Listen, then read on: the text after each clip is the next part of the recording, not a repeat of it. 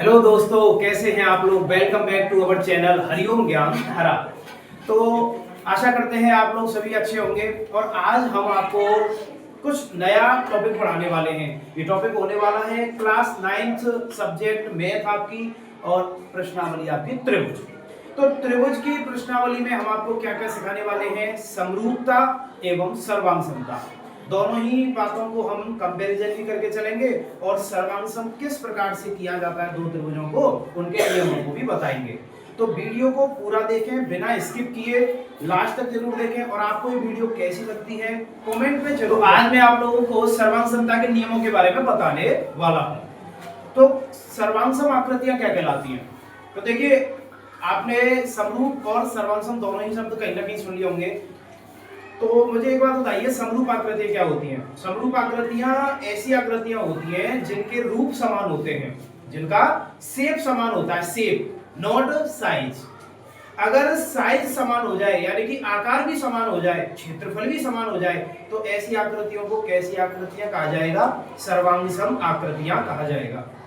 समरूप आकृतियां कैसी कहलाती हैं, ऐसी आकृतियां जिनका रूप समान होता है। उदाहरण के तौर पे आप आगरा का ताजमहल देखते हैं, उसका आकार कितना बड़ा है।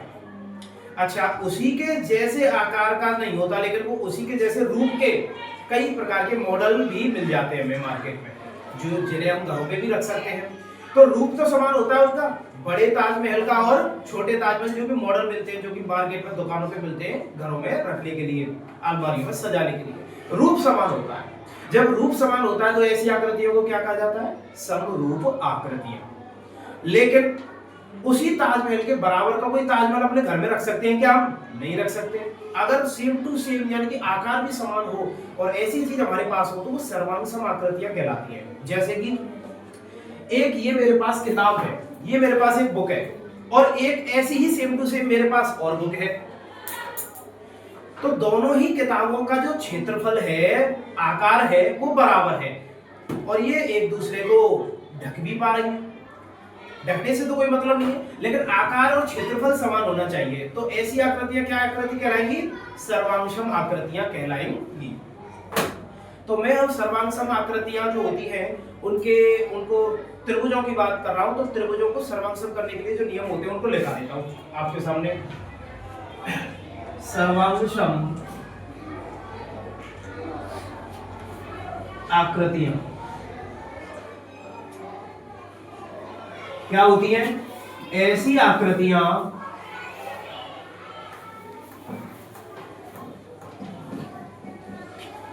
जिनका क्षेत्रफल एवं आकार समान होता है।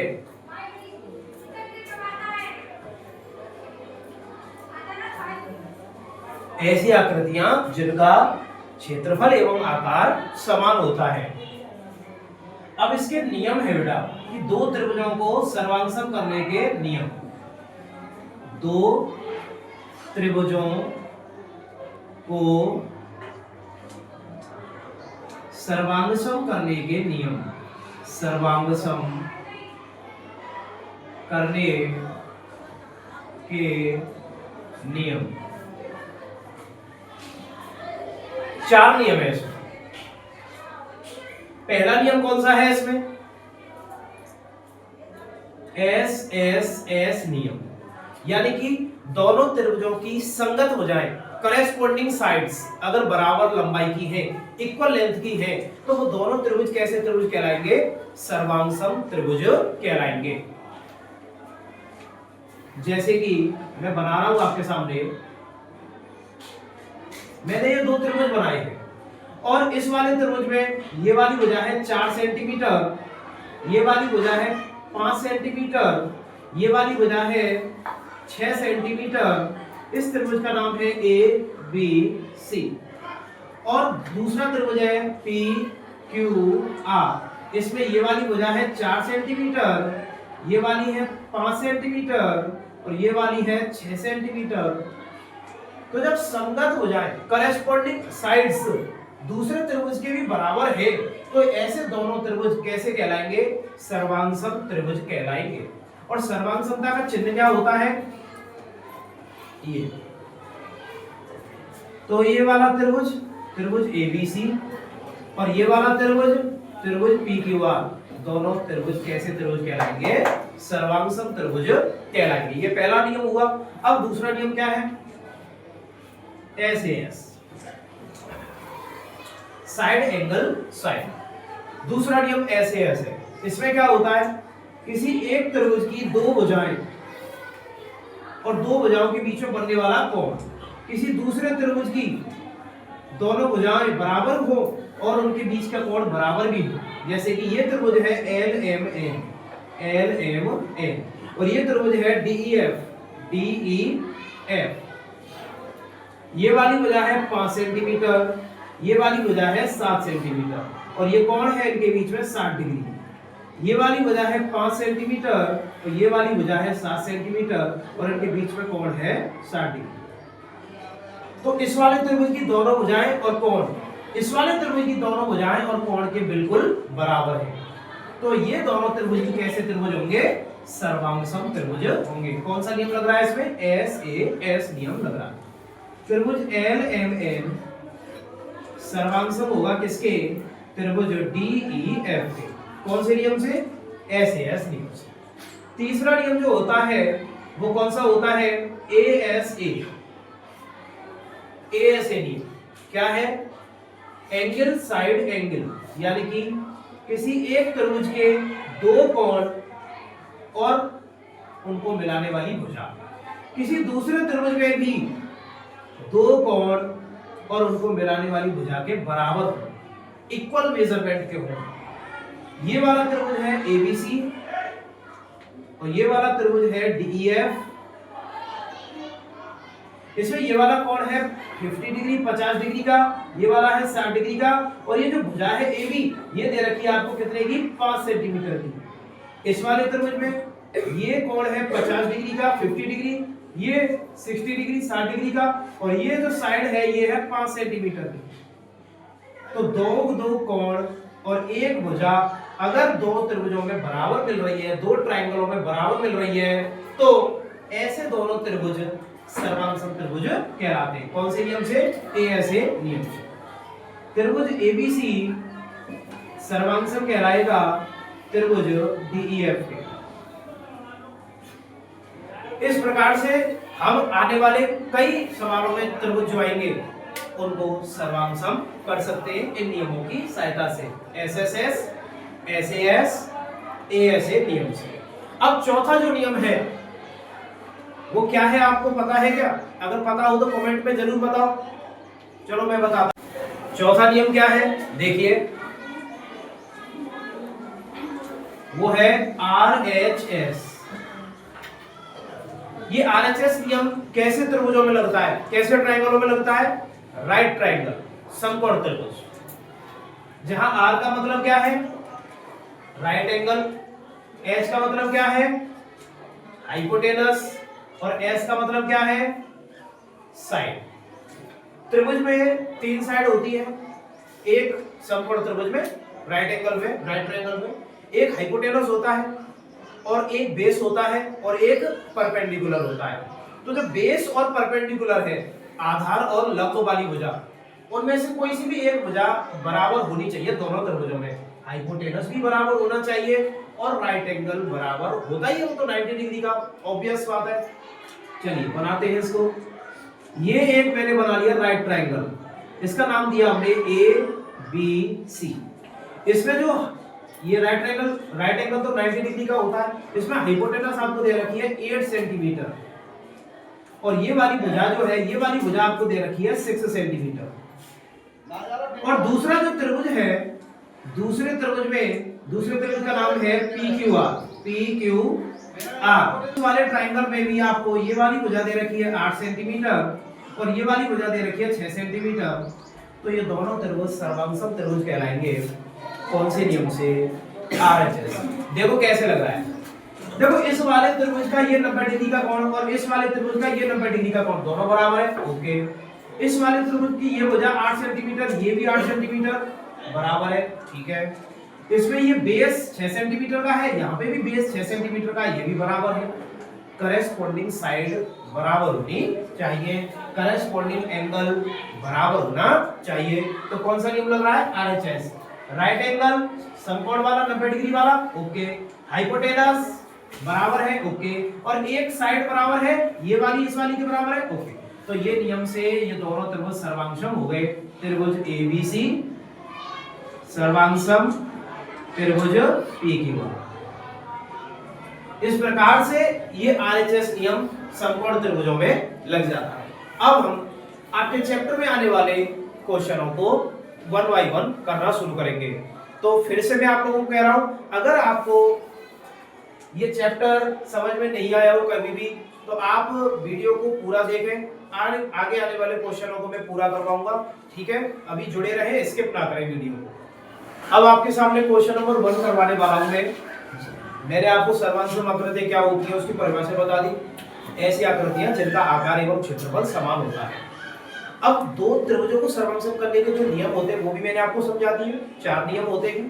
पहला नियम होता है एस नियम, दूसरा नियम होता है एस, तीसरा नियम होता है ए नियम, और चौथा नियम आपका होता है RHS नियम। अब क्वेश्चन नंबर 1 जो है उसमें आपको ये चतुर्भुज दिया हुआ है क्वाड्रिलेटरल ABCD। अब इस क्वाड्रिलेटरल में आपको क्वेश्चन में ये बोला गया है कि त्रिभुज ABC और त्रिभुज ABD इन दोनों को सर्वांगसम करो। देखो, दो त्रिभुजों को सर्वांगसम करने के लिए हमें 3 चीजों को बराबर करना होता है। दोनों त्रिभुजों की 3 चीजों को बराबर कर दो।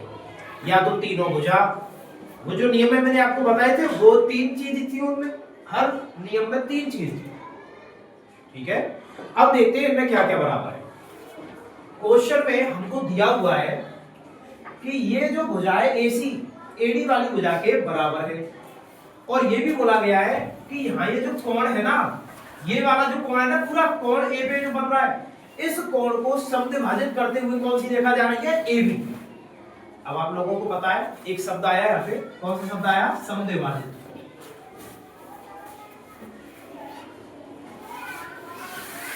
जब कोई रेखा किरण किसी कोण को समद्विभाजित करती है तो वो कोण आधे आधे 2 भागों में बट जाता है, बराबर भागों में। यानी कि ऊपर वाला ये कोण नीचे वाले इस कोण के बराबर बराबर हो चुका है, क्योंकि ये वाली भुजा AB वाली भुजा इस पूरे कोण को क्या करके गई है? समद्विभाजित। तो ये क्वेश्चन में हमको दिया है, उनको हम लिखेंगे। सबसे पहले क्या लिखते हैं? दिया है, गिवन दैट दिया हुआ है भुजा AC बराबर AD एवं BC नहीं, AB कोण A को क्या करती है? समद्विभाजित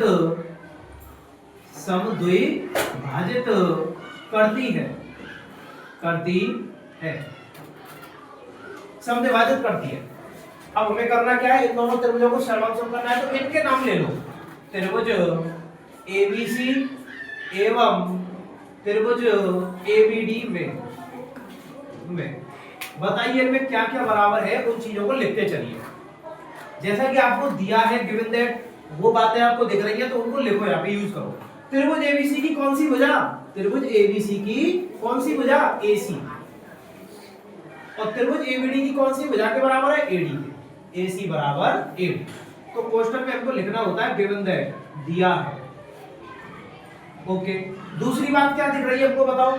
दूसरी बात हमको ये दिख रही है कि ये वाला कोण इस वाले कोण के बराबर है, तो लिखो इनको नाम। इसका नाम क्या बनेगा? BAC, और इसका नाम क्या बनेगा? BAD। कोण BAC किसके बराबर है? कोण BAD। ये बात भी हमको क्या दे रखी है? दिया है। ये दे रखी है ना कि उसको समद्विभाजित करता है, दिया ये वाली बात। अच्छा, अब जैसा कि आप लोगों को क्लियर दिख रहा होगा कि इन दोनों त्रिभुजों में ये वाली भुजा कॉमन है, उभयनिष्ठ है। तो जो भुजा उभयनिष्ठ होती है वो बराबर ही होती है, यानी कि AB बराबर AB। क्या लिखेंगे? उभयनिष्ठ। तो 3 चीजें बराबर कर दी हमने। भुजा, कोण, भुजा, साइड, एंगल, साइड। कौन सा नियम लग गया बेटा? SAS। SAS सर्वांग समता नियम से, SAS सर्वांग क्षमता नियम से ये दोनों त्रिभुज कौन कौन से? त्रिभुज ABC और त्रिभुज ABD, ये दोनों त्रिभुज कैसे हो चुके हैं? सर्वांग सम हो चुके। कौन से नियम से? ऐसे। अब एक बात इसमें और ऐड कर लेना तुम लोग, जब दो त्रिभुज सर्वांग सम होते हैं तो उनकी संगत भुजाओं को, संगत कोणों को बराबर कहा जा सकता है। यानी कि इस वाले त्रिभुज की ये वाली भुजा BC और इस वाले त्रिभुज की ये वाली भुजा BD, इनको बराबर कहा जा सकता है क्योंकि ये संगत भुजाएं हैं। इस वाले त्रिभुज की BC और इस वाले त्रिभुज की BD, ये संगत भुजाएं और संगत भुजाओं को बराबर कहा जा सकता है। कोणों को भी कहा जा सकता है, यानी कि ये वाला कोण इस वाले कोण के बराबर होगा, संगत है, करेस्पॉन्डिंग है। ये वाला कोण इस वाले कोण के बराबर होगा, संगत कोण है। ठीक है बेटा, तो हम यहाँ पे लिख सकते हैं सर्वांग सम त्रिभुजों की, सर्वांग सम त्रिभुजों की संगत भुजाएं एवं संगत कोण बराबर होते हैं। कैसे होते हैं? बराबर होते हैं। तो हम कह सकते हैं बेटा इसकी भुजा BC और इसकी भुजा BD को बराबर कह सकते हैं। इसीलिए भुजा BC बराबर BD। ये पूरा क्वेश्चन था आपका। तो दोस्तों अब आपके सामने क्वेश्चन नंबर 2 जिसका चित्र दिया हुआ है। ये इस चतुर्भुज को, इस क्वाड्रिलेटरल को ध्यान से देखिए। इसमें आपको क्या क्या दिया हुआ है क्वेश्चन में कि भुजा AD भुजा BC के बराबर दी हुई है, इक्वल दी हुई है, और उसके अलावा दो कोण बराबर दिए हुए हैं। ये वाला कोण पूरा इस वाले पूरे कोण के बराबर है, इसका नाम क्या है? BAD, और इस कोण का नाम क्या है? ABC। यानी कि ये दोनों कोण भी कैसे दिए हुए हैं? बराबर। अब आपसे क्वेश्चन में पूछा यह गया है कि त्रिभुज ABD को त्रिभुज ABC के सर्वांग सम करना है। ABC वाला त्रिभुज ये रहा और ABD वाला त्रिभुज ये रहा, इनको सर्वांग सम करना है। देखिए सर्वांग समता के लिए सरल है तरीका, मैं आपको बता रहा हूं फिर से।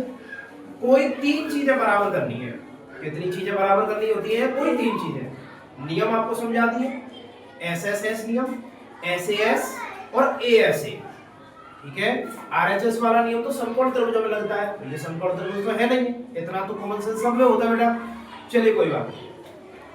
तो दिया है, क्या दिया हुआ है? AD बराबर BC, भुजा AD बराबर BC, और उसके अलावा ये कोण भी बराबर दे रखे हैं। इस वाले कोण का नाम क्या है? कोण BAD, और इस वाले कोण का नाम क्या होगा? ABC। ये दिए हुए पहले से क्वेश्चन। अब हमें जिस त्रिभुजों को सर्वांग सम करना है उनके नाम लिखते हैं। त्रिभुज, इसका नाम क्या होगा? BAC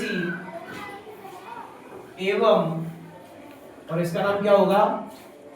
BAC BAD। दोनों त्रिभुजों के नाम क्या है? BAC और ABD।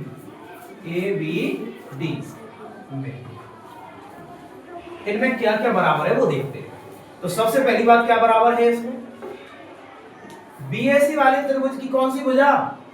BC, और ABD वाले त्रिभुज की कौन सी भुजा? AD। बराबर है ना? तो बेटा भुजा BC भुजा AD के बराबर है। हम लिखेंगे यहाँ पे दिया है। क्या लिख देंगे? दिया है।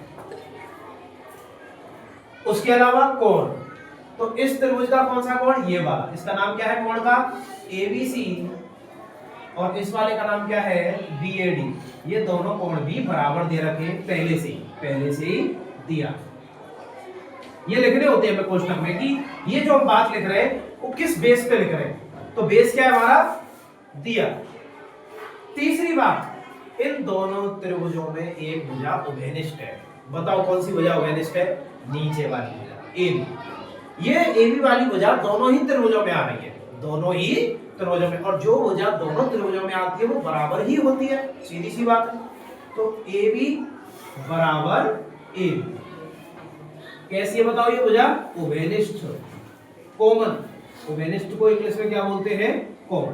तो बेटा कौन सा नियम लग रहा है बताओ, side angle side, SAS।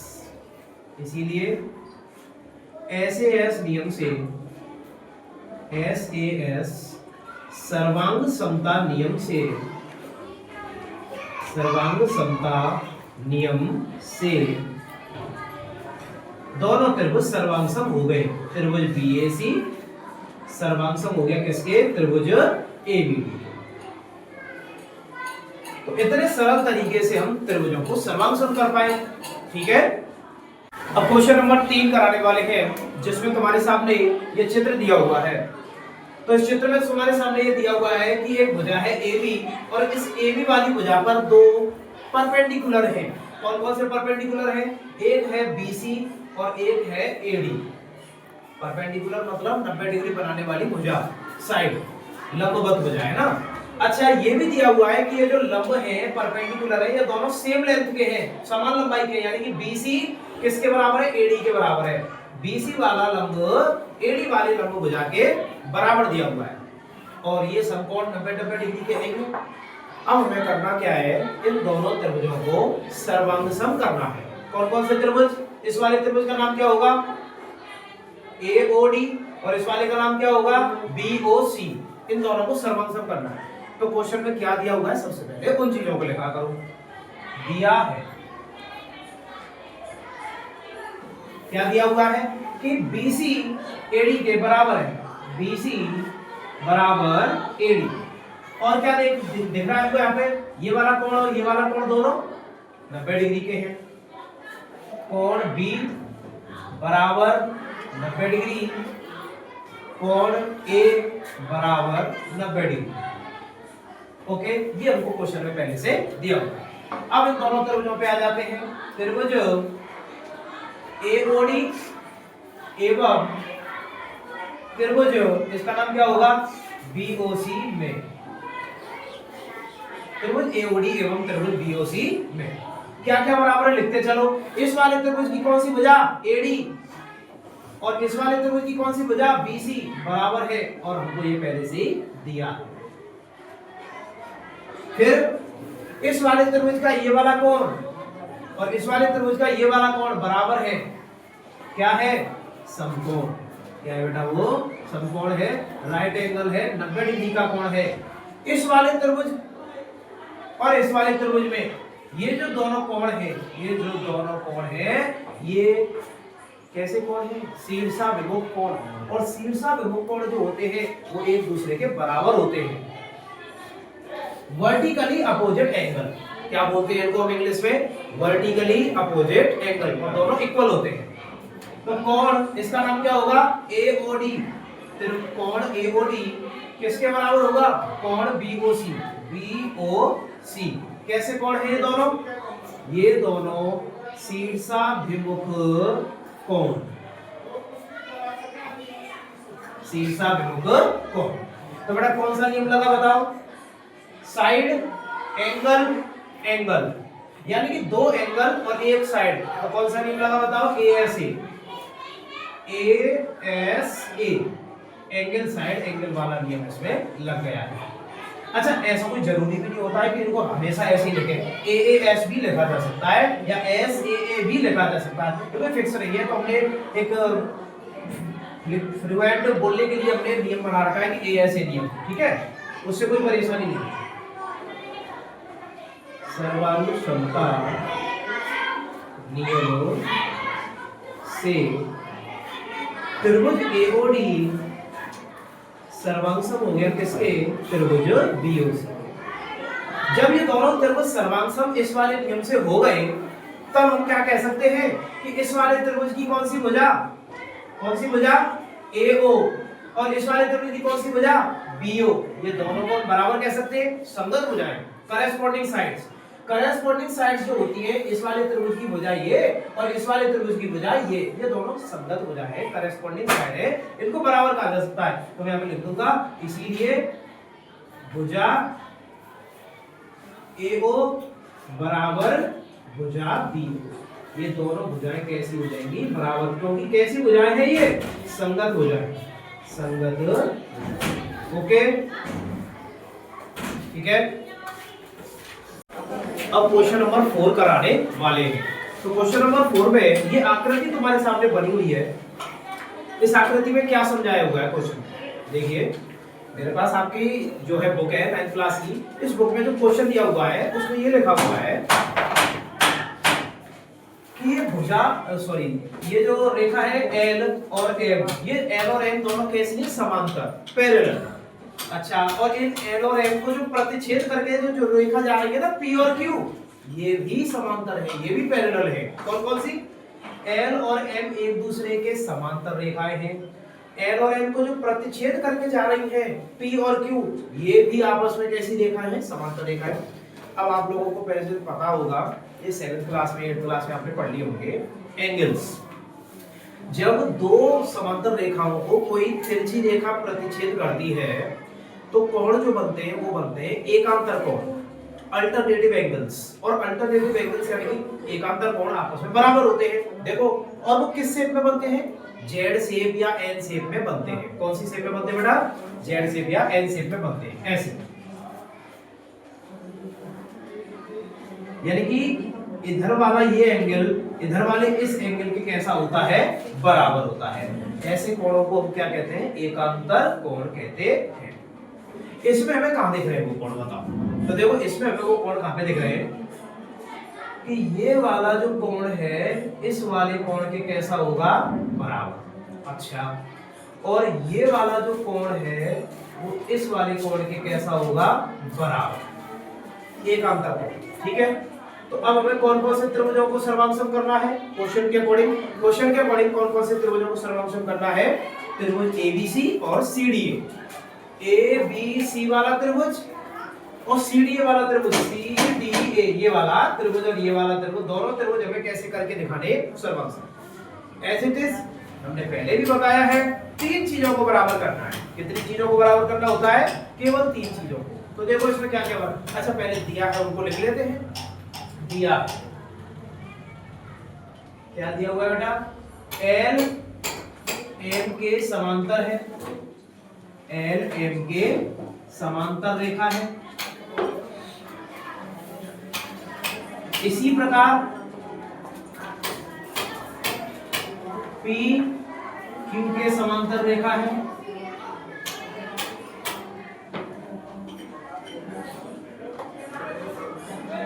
Okay, अब हम आ जाते हैं किस पर? अपने त्रिभुजों पर। त्रिभुज ABC एवं त्रिभुज ACD में या CDA में, तो इनमें कौन कौन सी चीजों को हमें बराबर करना है? 3 चीजों को बराबर करना होता है। तो देखो, इस वाले त्रिभुज में ये जो कोण है और इस वाले त्रिभुज में ये जो कोण है आपस में बराबर है और एकांतर कोण है। इसका नाम क्या बनेगा? कोण BAC। इस वाले का नाम क्या बनेगा बेटा? BAC। किसके बराबर हो जाएगा? इस वाले कोण के बराबर। इसका नाम क्या बनेगा? ACD। क्या लिखूं बताओ? क्या लिखूंगा? एकांतर। कैसे कोण है? एकांतर कोण। और एकांतर कोण किन की वजह से बन पाते हैं? समांतर रेखाओं की वजह से, समांतर रेखाओं की वजह से। अगला देखो, ये वाली भुजा कौन सी भुजा? जो दोनों त्रिभुजों में उभयनिष्ठ होती है वो भुजा तो बराबर ही होती है। यानी कि भुजा AC इस वाले त्रिभुज में भी है और भुजा AC इस वाले त्रिभुज में भी उभयनिष्ठ हो गई। तो AC बराबर AC, क्या लिखेंगे क्वेश्चन में बताओ? उभयनिष्ठ। अच्छा, तीसरी चीज और करनी है बराबर, और तीसरी चीज भी यही है, एकांतर कोण। देखो, इस वाले त्रिभुज का ये कोण इस वाले त्रिभुज के इस कोण के बराबर है। एकांतर कोण है ये दोनों, ये वाला कोण इस वाले के बराबर। तो बेटा इसका नाम क्या है, BCA, कोण BCA। और इस वाले का नाम क्या है, CAD।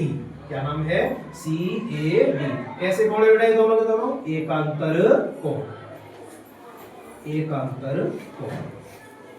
कौन सा नियम लगा बताओ, नियम कौन सा लगा इसमें, एंगल साइड एंगल, यानी कि कौन सा नियम लगा है बताओ, ASA, ASA सर्वांग समता नियम से, सर्वांग समता नियम से। दोनों त्रिभुज सर्वांग सम हो गए, त्रिभुज ABC सर्वांग सम त्रिभुज CD। इतने आसान तरीके से हम दोनों त्रिभुजों को सर्वांग सम कर लेते हैं। अब क्वेश्चन नंबर 5 करने वाले हैं।